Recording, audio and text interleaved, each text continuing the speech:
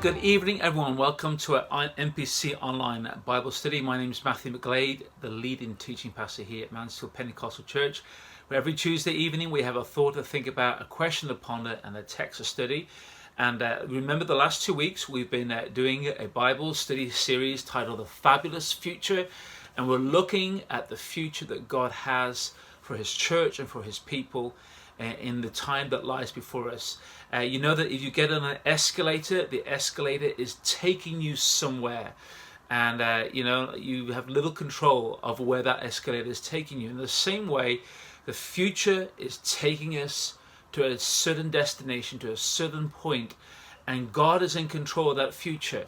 Whether we like it or not, God's purposes will prevail, and it's our decision whether or not we're going to get on God's agenda, God's plan, or are we going to try and set up our own man-made utopia here on earth.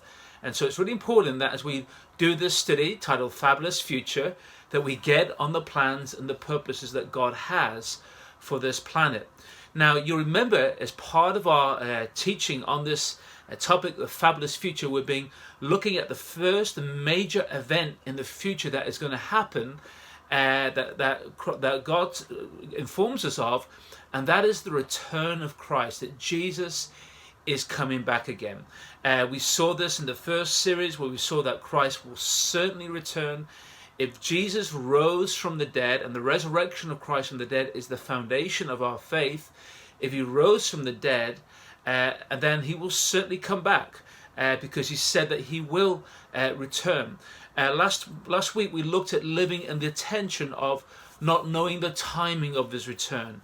Yes, we need to, it's increasingly possible that Jesus can return in the next 24 hours, but on what we know currently and what we're aware of currently, it would seem unlikely. But I say that with a proviso, because maybe some of the things or the signs that Jesus said that would come about before His return, maybe they have been fulfilled at some point in history. So we need to be aware of that. So we need to live our lives alert, watching our lives, watching the events around the world, to be ready for Christ's return. But tonight, what I want to speak to you tonight, you may wonder really whether the future is a fabulous future. Because what I'm going to talk to you tonight is about the darkest hour. You see, prior to Christ's arrival on this earth, this world will go through a time of unprecedented trial and darkness and tribulation.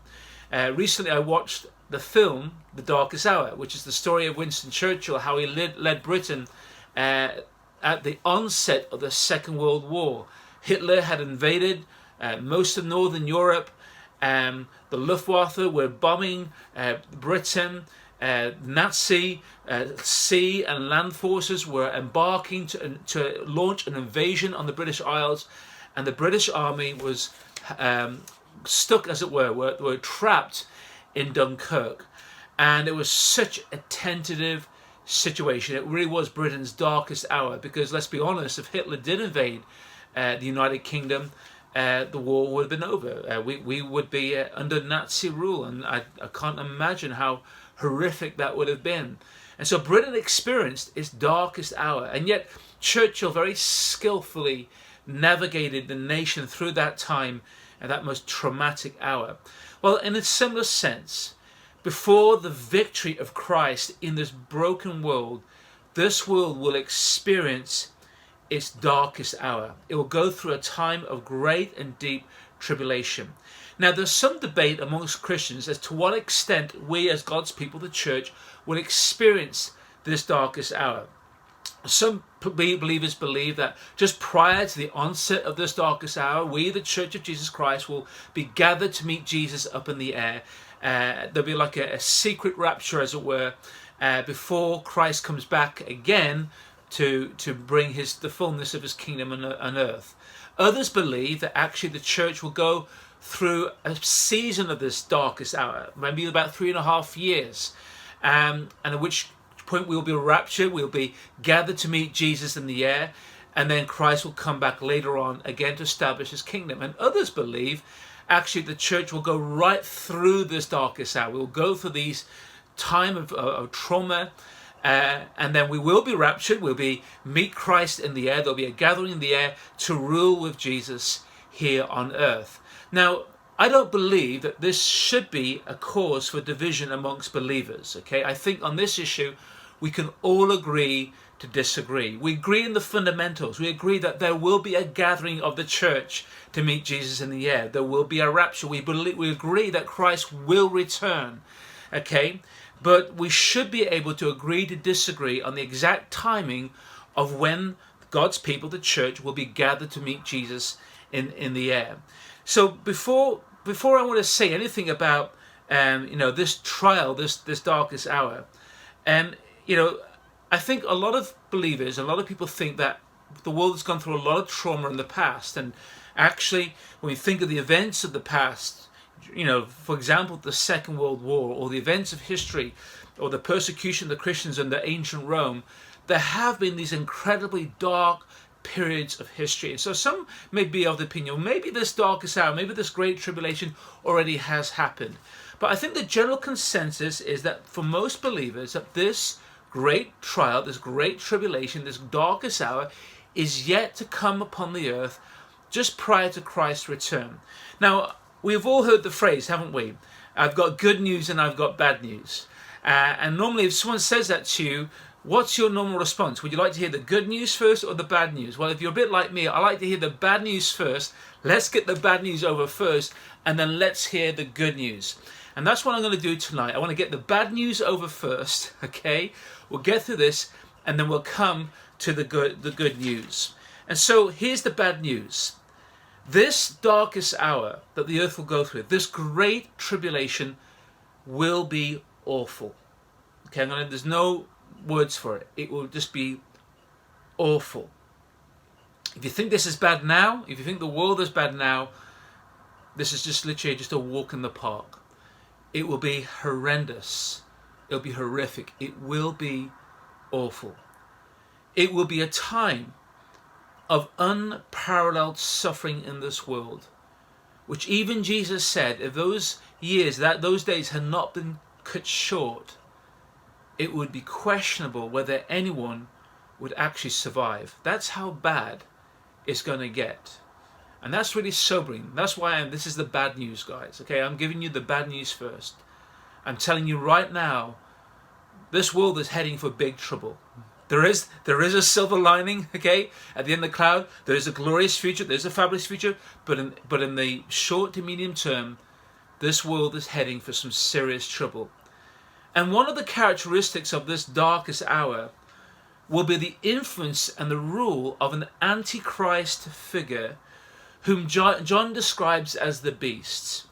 He will be a charlatan Christ, a charlatan Jesus, and he will seek to bring the world under his influence and control. In fact, John says that he will exercise its authority for 42 months over every tribe, people, language, and nation. So for about 3.5 years, this person will have global influence and authority.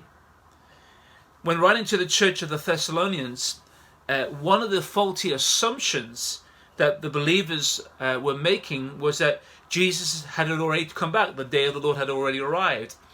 And Paul wants to correct this misconception, and he says that for the day will not come until the rebellion occurs and the man of lawlessness is revealed, the man doomed to destruction. He will oppose and exalt himself over everything that is called God or is worshipped, so that he sets himself up in God's temple, proclaiming himself to be God. Don't you remember that when I was with you, I used to tell you these things? Now, it's interesting that when Paul says that, there is a precondition for this man of lawlessness to come, and that is the rebuilding of the temple. Now, I don't profess to be an expert in this, but I do understand that there are actually religious authorities in Israel today who actually have plans to rebuild the Temple of Jerusalem. I do understand that is the case. Now, some may suggest that maybe this was an event that happened in the past. I think one time, the Roman emperors often declared themselves God and tried to desecrate the temple of God.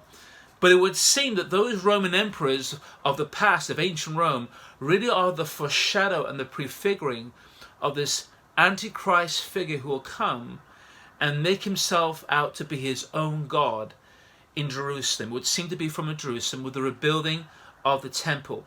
And it is during this time that Jesus said that then there will be great tribulation, such as has not been from the beginning of this world until now. And the book of Revelation was seen to suggest that there is a time limit to this tribulation. It says there'll be two sets of 3.5 years, or 2 sets of 42 months, which totals about 7 years. 3.5 of those years, particularly of the last 3.5 years, this Antichrist figure will have global authority and influence. And it will be a horrendous time. And himself, along with Satan, the dragon, which the Bible talks about, and the false prophet, a false religion, will come together and actually seek to destroy the church. And so what you have is this. You have a spiritual power, a political power, and a religious power. Okay, so they're all combining together. The power of Satan, the power of this political power of this beastly-like figure, and the religious influence of this false prophet or false religion coming together, having sway over the earth and seeking to destroy God's people and God's church.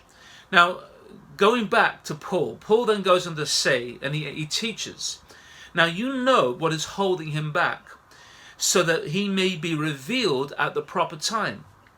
For the secret power of lawlessness is already at work by the one who holds it back. Okay, but the one, who holds it back will continue to do so until the day is taken away, and then the lawless one will be revealed. Now, there's much debate amongst Christian scholars, theologians, as who the one is who's holding this lawless one back. Many believe that actually the one is referring to the Holy Spirit or the church. So the influence of the Holy Spirit of the church is a restraining influence of the evil in this world. Others think it is actually civil government and civil society, or the government structures. Remember that Paul says, I think in Romans 12 or 13, that actually that the civil authorities are actually God's servant, and they play a part in restraining evil. Now, I know there's a difference of opinion amongst Christians as to who the one is who's holding this lawless one back. I personally am of the view that it's referring to civil powers or civil government. But regardless of our opinion on this, I think what we can all agree on is that our society is becoming increasingly more lawless, and that the power of lawlessness is increasing across our world. We're seeing this particularly in the West. We're seeing a gradual breakdown of civil society.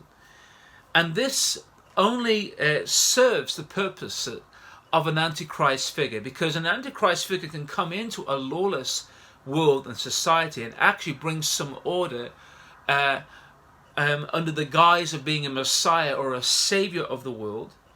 And this is the conditions, this is the environment that Paul says where this lawless one will come to power.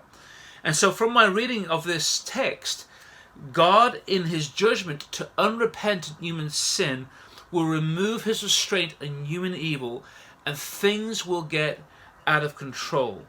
And this will lead to the onset of the world's darkest hour. And Paul says the coming of the lawless one will be in accordance with how Satan works. He will use all sorts of displays of power through signs and wonders that serve the lie, and all the ways that wickedness deceives those who are perishing. They perish because they refuse to love the truth and so be saved. For this reason, God sends them a powerful delusion so that they will believe the lie, and so that all will be condemned who have not believed the truth but have delighted in wickedness. And so there will be counterfeit signs and wonders. There will be an explosion of occult activity on the earth. It's going to get really dark, guys.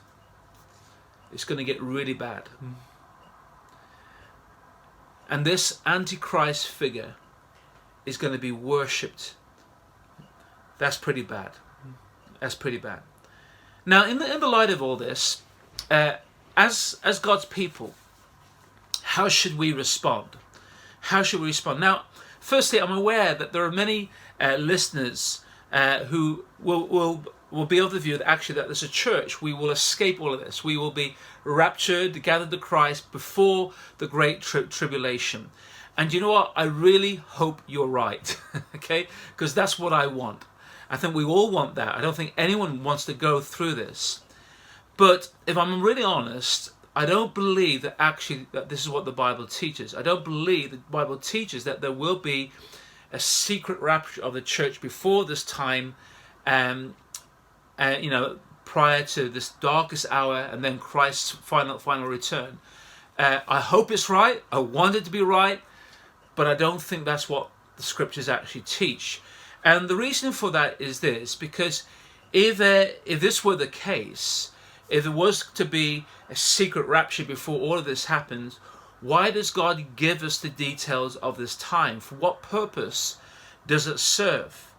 What purpose does it serve if the church aren't going to go through it and we're not prepared for it, as it were? We've seen that this is given to prepare the church for this darkest hour that this world is about to go through.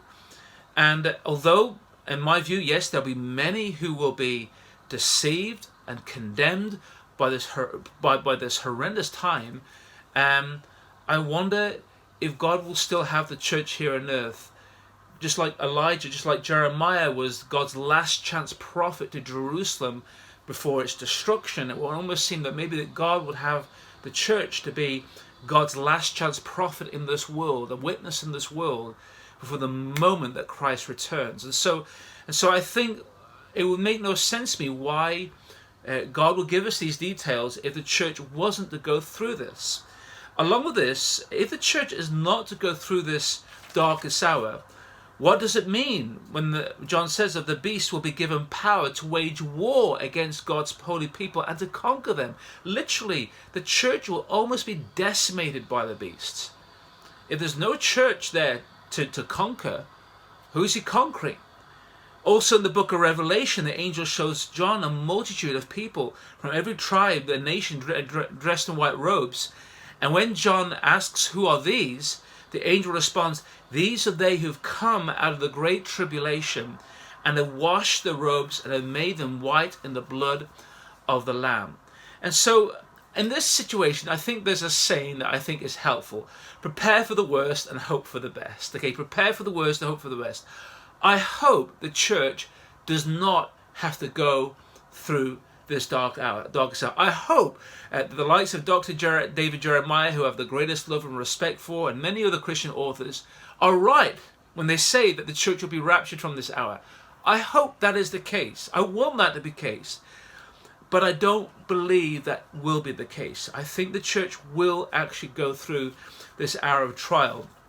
And just as my impression, I often find that this teaching of a kind of pre-tribulation rapture is actually quite popular in the church in the West, where we don't experience much persecution as other churches in the other parts of the world do. And so I think we need to prepare ourselves that we are living in the last days, and that we are living in the last of the last days. And when we do, and when this darkest hour does come, we need to prepare ourselves to go through it. Yes, let's prepare ourselves for the worst, but yes, let's also hope for the best. The words of John, I think, are very pertinent here when he says, if anyone is to go into captivity they will go. If anyone is to be killed with the sword they will be killed. This calls for patient endurance and faithfulness on the part of God's people. God's message to us today is to persevere. I do hope I'm wrong in my understanding of the text. I do hope there is a secret rapture of the church before this great trial, okay, and this planet's darkest hour, but I don't believe that's what the scriptures teach. Now that's the bad news. That's the bad news. What about the good news? Well, the good news is this. This reign of terror will be short-lived. There will be a 7-year period of this Antichrist rule, 3.5 years of global impact. and widespread persecution. But at the end of this time, the heavens will be shaken, and this man of lawlessness will be the one whom the Lord Jesus will overthrow with the breath of his mouth and destroy with the splendor of his kingdom. Boom! Boom! In one moment, in one flash, in a blistering heat and light, the Christ, the true Christ, the Messiah, will come, will burst through the clouds of heaven, and this Antichrist will be blown away, will just be annihilated. Wow, that's good news. That's good news. There won't be any contests. Jesus, the King of Kings, will return. And when he returns, this man of lawlessness, who thinks himself as a God, will soon find out who really is God when the God-man returns. John says of this that the beast and the kings of the earth and the armies gathered together to wage war against the rider, who is Jesus, and on the horse, and his army. So you got the host of heaven behind Jesus. But the beast was captured, and the false prophet who performed the signs on his behalf, and with these signs he deluded those who received the mark of the beast and worshipped its image, and the two of them were thrown alive into the fiery lake of burning sulfur. The Lamb wins. The game is over for the beast. That's the good news. That is the good news. And so there will be a darkest hour that this world will go through. But I want you to imagine how much more sweeter it will be when Christ burst through the clouds that day in glorious light. It will be a day of wonderful joy for those of us who long for his coming, but it will be a day of terror for those who delight in evil. And so the trouble of the earth will only actually be a short time in the light of this fabulous future that God has for us in this world. And I pray that you will be part of that fabulous future. Guys, thanks for listening tonight. Hope you got something out of that. There's a question to ponder. I'd like you to discuss this question in your life groups. And the question is this: do you think we'll go through the Great Tribulation or not? Why or why not? So do you think we're going to go through it at this darkest hour or not? What might be both the positive and the negative results of a try and pronounce that word right, of a pre-tribulation rapture position in everyday lives and attitudes of Christians? So maybe you're of the view that as a church we will not go through this darkest hour, that Christ will rapture us out before that time. And if that's the case, how does that affect our attitudes today? Okay. And the other side of that is similarly, what might be the positive and negative results of a post-rapture, tribulation rapture position? So if you think that we're going to go through this darkest hour, what do you think are the positive and the negative results of that? And so that's the question to discuss within your life groups. The text of study, I'd like you to read 2 Thessalonians chapter 2, verses 1 to 16. In the light of this man of lawlessness coming, how can we find encouragement? Guys, thanks for listening tonight. I hope you got something out of that. God bless you all. Hope to see you soon.